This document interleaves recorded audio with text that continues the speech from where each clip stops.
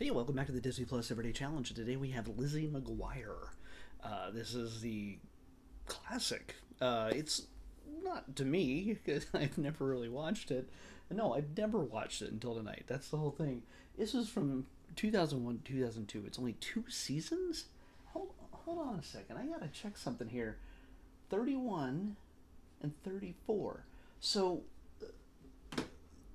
that's 65 episodes of Lizzie McGuire, starring Hilary Duff, about a girl in middle school who it's only two seasons, so I can't imagine that she grows up too incredibly much in this. Unlike most Disney Channel shows, they tend to be at least three seasons, and yeah, the kids just grow up so fast. So I don't know. I only watched two episodes. It is. I thought it was from the '90s. Sorry, and I thought it ran a whole lot longer. But there's a reason why. I understand the reason why it is a not even a cult classic. It's a genuine classic amongst Disney fans. Um, Hillary is incredibly relatable, and I'm not a teenage girl, nor have I ever been. But there's tons of real world references. They make references to dressing like Britney Spears, and the parents get very upset quickly, trying to nip that in the bud real fast. Uh, they make references to all the hot famous people at the time, whether it's In Sync or Gwyneth Paltrow or people the girls are trying to either look like or are fans of. And yeah, let's be clear. This is very much a focused on teenage girls kind of show.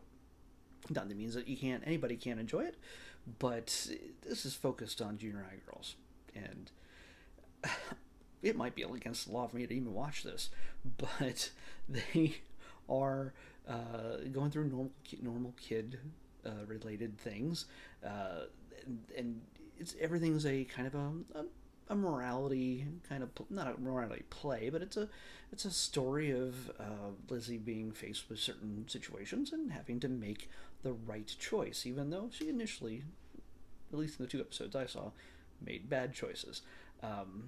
Or at least not the best choice. Because there's a lot of gray areas in a lot of these things. When it comes to growing up, we know this. We all know this. In this case, I think the first episode was, what do we do? It was the introduction. By the way, there's no real, hey, this is everybody, there's no build up. Who are these people? You figure it out pretty quickly. Lizzie, brother who's obnoxious to her, and two parents trying to keep it all under control. First kiss? What? Wait. Lizzie finds her boyfriend in the most weird place. That didn't seem like the story I watched at all. What did I? I think that was poorly labeled. If, did I just not pay attention? Basically, Miranda and Lizzie are chatting in like an AOL chat room. Holy cow, that is an incredible like flashback to quintessential 2001 communication processes between kids or adults too. Uh, but they're chatting away, and we get to meet Lizzie, who is awkward. She also has an animated inner monologue, so a little cartoon character version of her that which she also voices. Hillary also voices. Tells us what's going on in her head, even though what she's saying and doing in the real world is maybe very different. And it helps us to also work through what's going on with her. So it's a neat little aesthetic. It's a very rough sketch kind of thing, but that works really well for the intent of the storytelling.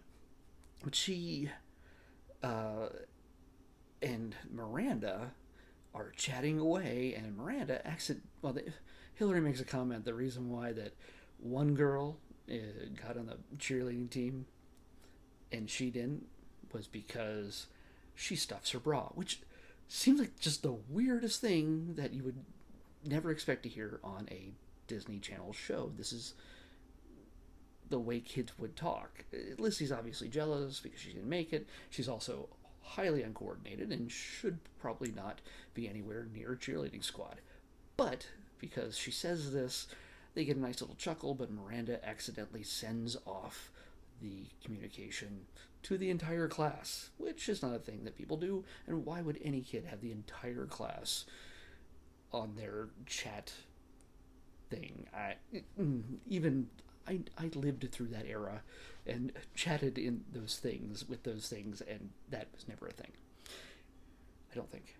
Anyway, so of course, I mean, it's just the impetus to make all of this happen.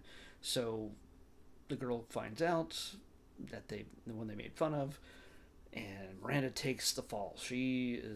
Takes all the blame, and Hillary, even though she's the one who said the horrible rumor about stuff in her bra, Lizzie, well, guess what? She doesn't take any blame whatsoever. And of course, a big war breaks out between Miranda and I guess the girl's name is Kate. I guess Kate.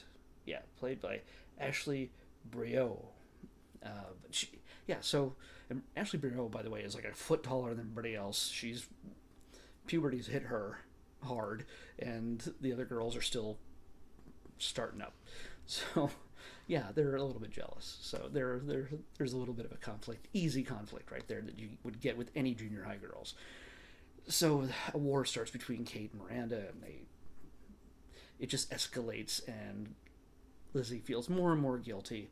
And there's a B plot with her brother having a lizard, and the parents letting it die, but did they? There's a whole other thing. So they get the whole A and B story.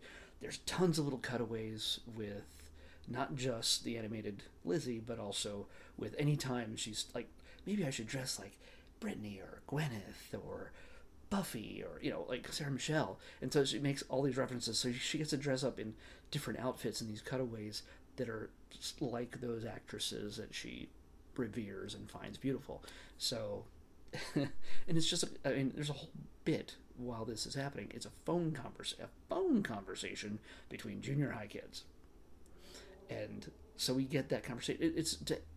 It shows that it's very girl-centric because it's the kind of thing that would bore just about any boy to death to hear them talking about dresses and what to wear for this or that and the other thing.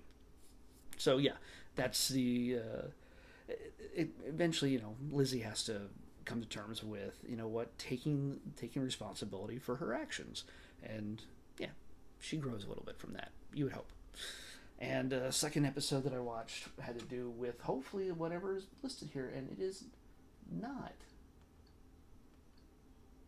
Okay, sorry. It was, for some reason, it was stuck on season 2. Rumors was the one that I saw, and Picture Day is the second one from season 1. Picture Day, Lizzie's trying to pick out an outfit. Again, something that most boys, I can't say all, most boys, but at least in this point, in the way they're discussing these things, don't give a crap in junior high what that involves. At least I didn't. But I was so pretty in the first place.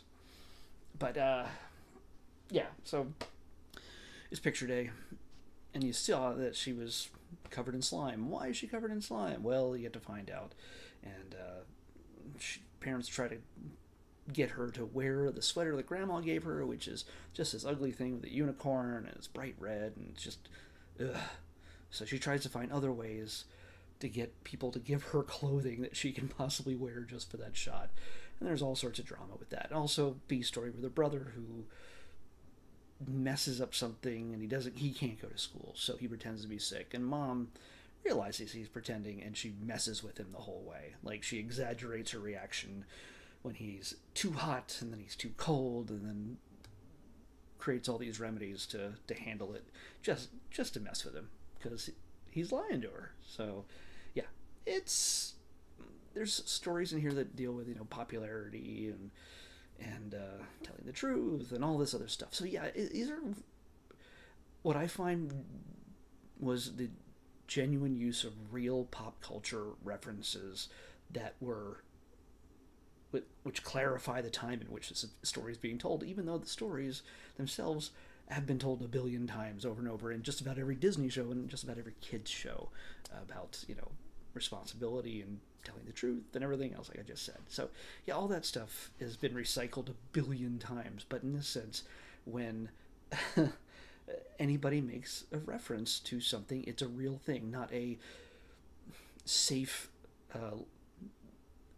license, copyright free kind of situation.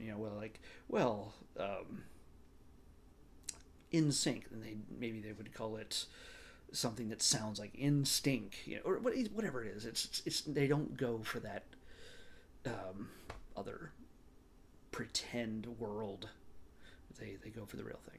I know nobody else cares about that, but to me, that makes this feel genuine. Making the Britney Spears reference, making all the things that kids at that time were dealing with when they were junior high kids. It's it's like when I was in junior high and they'd make references to the 1920s stuff, flappers and the Great Depression, stuff like that. All the junior high shows that I watched back then when I was that age.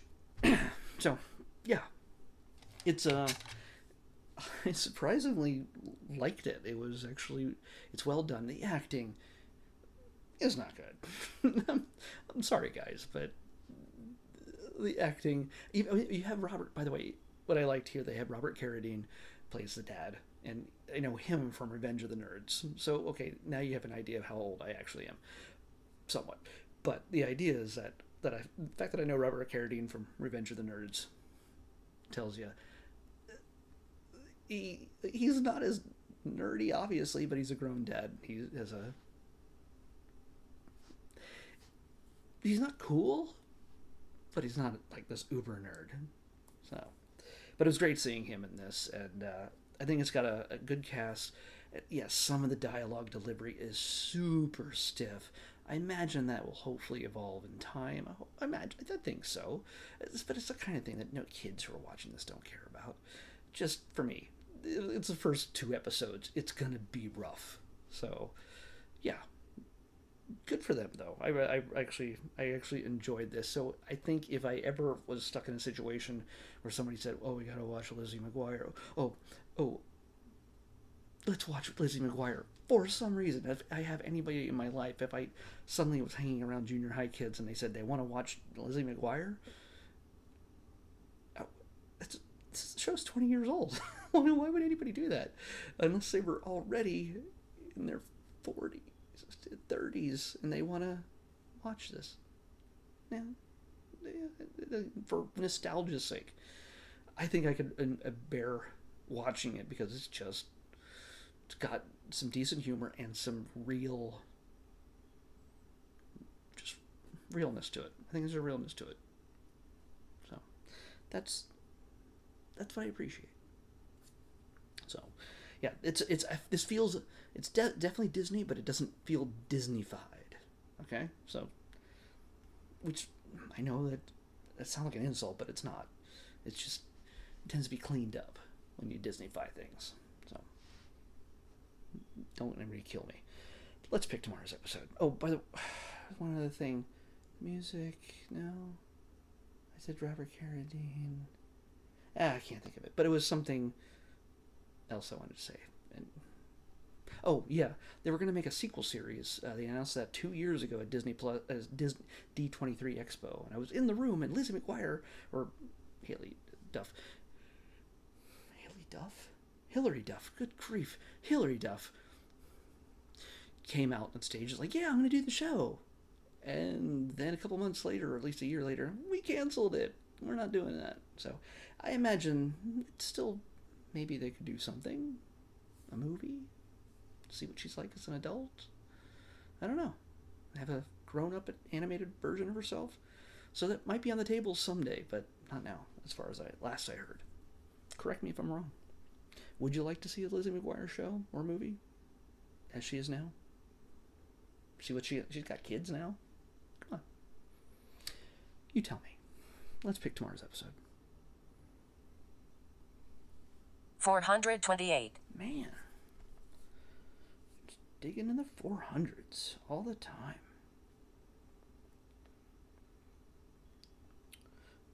Okay.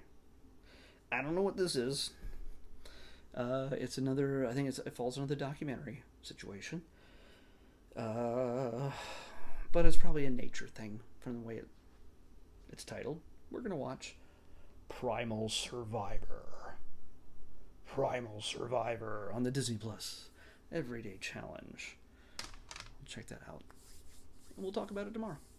See you then. Bye.